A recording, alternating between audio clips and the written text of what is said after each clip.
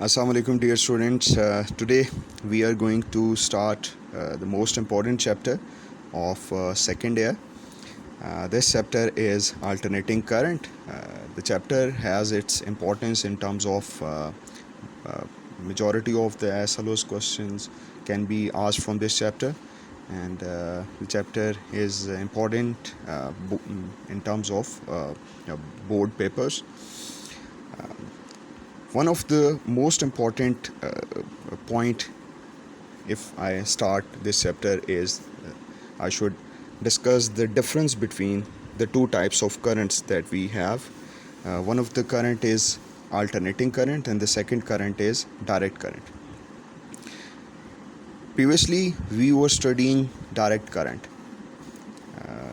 In all of the chapters we have discussed the current which was one directional, and the source of that current was a cell or a battery. That's why when we were drawing the circuit, we used to draw the circuit in which we have the source as the DC source. This was the symbol for that DC source. Here you can see. Now in the last chapter, electromagnetic induction, we have studied AC generator. In AC generator we have studied that we may induce a current which would be changing in terms of its value and in terms of its direction. So now we will study the details of that current, which is alternating current. Here is the difference between alternating current and direct current. आप देख रहे हैं बच्चे कि जो आपका alternating current है, there are some differences between the two currents. Alternating जो करंट है उसकी एक प्रॉपर्टी है कि ये वेरी करता है in terms of its value, in terms of its magnitude, whereas direct current remains constant in terms of its value. Magnitude इसका नहीं वेरी करता. तो ये this is one of the major difference between the two currents. एक alternating current है जो value के लिहाज से वेरी कर रहा है, और डायरेक्ट करंट है वैल्यू के लिहाज से वेरी नहीं करता. ये एसी जो है ये वेरी करता है एक और लिहाज से भी, अपनी डायरेक्शन के लिहाज से भी. ये डायरेक्शन ये अल्टरनेट करता है, वेयर एज डायरेक्ट करंट जो है वो अपनी डायरेक्शन उसकी फिक्स है, वो नहीं वेरी करती. इसी तरह अगर आप एसी करंट को देखो तो इट इज़ टू डायरेक्शन, जो हमने ऊपर पॉइंट डायरेक्शन के हवाले से डिस्कस किया. It is a two directional current, which means जब ये सोर्स से एसी जनरेटर से जाता है towards the appliance, towards the circuit, तो ये दो डायरेक्शन फॉलो करता है. एट वन टाइम एक डायरेक्शन होती है, but after that certain time जब नेक्स्ट आपका मोमेंट स्टार्ट होता है तो current start flowing in the opposite direction from towards the circuit. Whereas आप डायरेक्ट करंट की बात करो तो it is a single directional current. इसकी जो सोर्स है वो आपको नज़र आ रही है, एसी जनरेटर यहाँ पे मेंशन्ड है. It is AC generator is the source and the source for DC is battery और अ सेल. वैसे आपको ये याद होगा कि in the previous chapters we have studied के basically we have 4 sources of current. उनमें से जो डीसी वाली सोर्स थी वो बैटरी और सेल थी, और उन्हीं सोर्सेज में हमने बेसिकली तो 4 सोर्सेज को डिस्कस किया था ना. हमने पहली सोर्स पढ़ी थी बैटरी और सेल जो कि डीसी की सोर्स है. देन हमने जनरेटर को पढ़ा था एज अ सोर्स जो एसी की सोर्स है. देन फिर हमारे पास थर्मोकपल था, और देन हमारे पास एक सोलर सेल था. तो ये 4 सोर्सेज हैं, लेकिन 2 हमने यहाँ पे देख ली कि एक डीसी की सोर्स है और एक एसी की सोर्स है. अब इनको अगर हम प्लॉट करें डीसी को और एसी को, तो आपको एसी की का जो ग्राफ प्लॉट होता हुआ नज़र आएगा, जिसमें हमने करंट को अगेंस्ट टाइम प्लॉट किया. तो आपने देखा कि इसकी जो ग्राफ की वैल्यू है, मतलब करंट की जो वैल्यू है, it is increasing from zero value to a maximum value, then it is decreasing towards the zero value. फिर वो अपनी डायरेक्शन चेंज करता है towards the appliance, towards the circuit. फिर वो इंक्रीज़ करता है towards to the maximum value, then decrease करता है to the zero value. Then दोबारा से अपनी डायरेक्शन अल्टरनेट करता है और इंक्रीज़ करता है to a maximum value, then decrease करता है टू अ ज़ीरो वैल्यू. फिर डायरेक्शन अल्टरनेट होती हुई आपको नज़र आ रही है. वेयर एज अगर आप यहाँ पे देखें डीसी के केस में देखें, आप करंट को टाइम के अगेंस्ट प्लॉट करेंगे तो we get a constant value of current and we get the same direction of current. ये फ्लक्चुएट नहीं कर रहा between in terms of value in terms of direction, एक ही डायरेक्शन है. सही हो गया. अब यहाँ पे आपको नज़र आ रहा है एक डीसी, ये मैंने उसकी सिंबल बनाया है कि अगर हम एक डीसी सोर्स को शो करना चाहें तो उसको आप इस तरह इस सिंबल से शो कर सकते हैं. और अगर ये मैं इसका सर्किट ड्रॉ करूँगा साथ ही, तो सर्किट इसका ऐसे हो सकता है, ये आपके पास एक डीसी सोर्स आ गई और साथ यहाँ पे आपके पास कोई भी अप्लायंस आ जाएगा, और हर अप्लायंस की कोई ना कोई रेजिस्टेंस है. यहाँ पे अप्लायंस में शो करता हूँ फॉर एग्जांपल अ बल्ब. तो आपके पास जो करंट फ्लो करेगा वो कांस्टेंट वैल्यू का करंट फ्लो कर रहा होगा एंड कन्वेंशनल डायरेक्शन के हवाले से वो यहाँ से फ्लो कर रहा होगा और टूवर्ड्स द अप्लायंस जाएगा, अपनी एनर्जी वहाँ पे कन्वर्ट कराएगा, कन्वर्टेड फॉर द अप्लायंस, इस केस में कन्वर्टेड इनटू लाइट होगा एंड देन वापस आ रहा होगा और फिर इसकी डायरेक्शन चेंज नहीं होगी थ्रू आउट जितनी देर तक हमारी सोर्स ऑन है, करंट की direction remains constant. Whereas अगर आप यहाँ पे देखो तो आपको एक ऐसा सर्किट नज़र आ रहा है which is an AC circuit. ये उसका सिंबल है, याद रखना है आपने कि एसी जनरेटर के लिए जो करंट हमें मिलता है एसी जनरेटर से वो अल्टरनेटिंग करंट मिलता है और उसकी जो सिंबल है that we use is this symbol. ये आपको एक साइनोसाइडल से ये इसको हम साइनोसाइडल सिंबल बोलते हैं, साइन वेव बोलते हैं। ये आपका एसी जनरेटर का जो एसी करंट है उसका सिंबल ही आपको नज़र आ रहा है। यहाँ पे आपने देखा कि आगे हमने इस सर्किट को क्लोज़ करके यहाँ पे हमने कोई अप्लायंस लगा दिया और हर अप्लायंस की कोई ना कोई रेजिस्टेंस है, तो ये उसकी मैंने रेजिस्टेंस मेंशन की हुई है।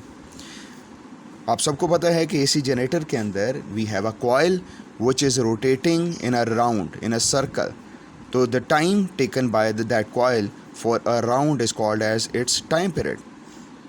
अब इस टाइम पीरियड के अंदर, टाइम पीरियड में तो उसने पूरा एक कॉइल ने एक राउंड कंप्लीट करना है ना, तो उस राउंड में जब आधा टाइम गुजरेगा which means starting from 0 second till half of the time period, current will be flowing in the circuit in one of the direction. यहाँ पे आपको नज़र आ रहा है करंट एक डायरेक्शन में फ्लो कर रहा है। Whereas for the remaining time, यहाँ पे अगर आप देखो नीचे वाले सर्किट के अंदर T/2 तो ऑलरेडी गुजर चुका था ना, अब T/2 से लेके रिमेनिंग टाइम पीरियड तक जो टाइम है वहाँ पे करंट फ्लो कर रहा होगा इन द ऑपोजिट डायरेक्शन। तो आपने देखा इन द फर्स्ट केस कि यहाँ पे आपको हाफ टाइम पीरियड तक करंट का फ्लो इन वन डायरेक्शन नज़र आया and for the remaining time आपको करंट का फ्लो नज़र आया in the other direction. Got it जी। अब यहाँ साथ में देखो आपको यहाँ पे मेंशन हुआ है जैसे हमने एसी जनरेटर में इनकी डेरिवेशन की थी, this is the relation for the voltage जो जनरेटर इंड्यूस करता है, या ईएमएफ की फॉर्म में भी इसको आप लिख सकते हो। और ये नीचे इंस्टेंटेनियस लिखा है क्योंकि जैसे जैसे आपके जनरेटर की कॉइल रोटेट करती है तो we have the values of voltage instantaneously, उसकी वैल्यू वेरी कर रही है ना, तो एट दैट इंस्टेंट जिस भी एंगल पे या जिस भी टाइम के अकॉर्डिंगली वो रोटेट कर रहा है, तो जिस टाइम पे अभी जितना भी टाइम हो चुका है उसके लिहाज से जितनी वोल्टेज इंड्यूस हो चुकी है वो यहाँ इस रिलेशन से आप लिख सकोगे। ये ऑलरेडी हमने एसी जनरेटर में इसका रिलेशन ड्राइव किया था। इन टर्म्स ऑफ टाइम भी आप ये रिलेशन लिख सकते हो और इन terms of angle made by the coil with the magnetic field or with angle of the area vector of the coil with the magnetic field in terms of इन दोनों को आप ये प्लॉट कर सकते हो, इन टर्म्स ऑफ थीटा भी plot कर सकते हो, इन टर्म्स ऑफ टाइम भी प्लॉट कर सकते हो। Got it ji. सेम यहाँ पे भी देखो अब ये जो वोल्टेज है हमें पता है सर्किट अगर क्लोज हो तो ऑब्वियसली उधर एक करंट फ्लो करता है, तो जो करंट यहाँ पे सर्किट के अंदर फ्लो कर रहा है एसी सर्किट के अंदर, वो करंट भी अगर हम लिखना चाहें तो ये उसकी इंस्टेंटेनियस वैल्यू होगी और ये नीचे भी उसकी इंस्टेंटेनियस वैल्यू है। But in the first relation ये टाइम के लिहाज से हमने इसको लिखा है और इन द सेकेंड हमने इसको थीटा के लिहाज से लिखा है। और अगर आप रिकॉल करो हमने एसी जनरेटर के अंदर थीटा अगेंस्ट टाइम भी हमने ग्राफ को प्लॉट करके देखा था, और अगर हम टाइम के लिहाज से प्लॉट करना चाहें कि अगर हम टाइम के मुख्तलिफ वैल्यूज़ लें, for example starting time would be 0, then it would be T/4, then T की जगह हम T/2 पुट कर सकते हैं, देन T की जगह हम 3T/4 पुट कर सकते हैं in the relation, and ultimately हमारे पास जो T की जैसे जैसे वैल्यूज़ पुट करते जाएंगे हमारे पास V की और इस इक्वेशन के लिहाज से I की वैल्यूज़ आती जाएंगी, ठीक है। और अल्टीमेटली आखिरी जो टाइम की वैल्यू पुट करेंगे आप वो T की जगह टाइम पीरियड T पुट कर देंगे। तो जब आप T 0 पुट करोगे तो then we get the value of voltage, और करंट के लिहाज से भी we get the same values, ये 0 आ रहा होगा। देन आप जब T/4 पुट करोगे तो we get V is equal to V0।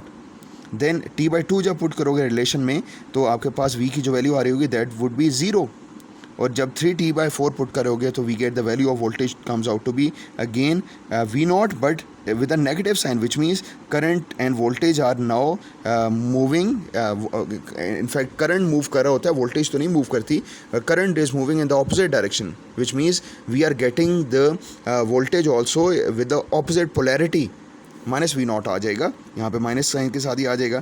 And then when we put the value of T come as equal to T in these two relations, तो फिर आपके पास जो वोल्टेज की वैल्यू आएगी अगेन वो 0 आ जाएगी। तो ये वैल्यूज़ को जब हम प्लॉट करते हैं ग्राफ पे तो हमारे पास जो शेप आती है वो हमारे पास अल्टरनेटिंग शेप आ रही होती है।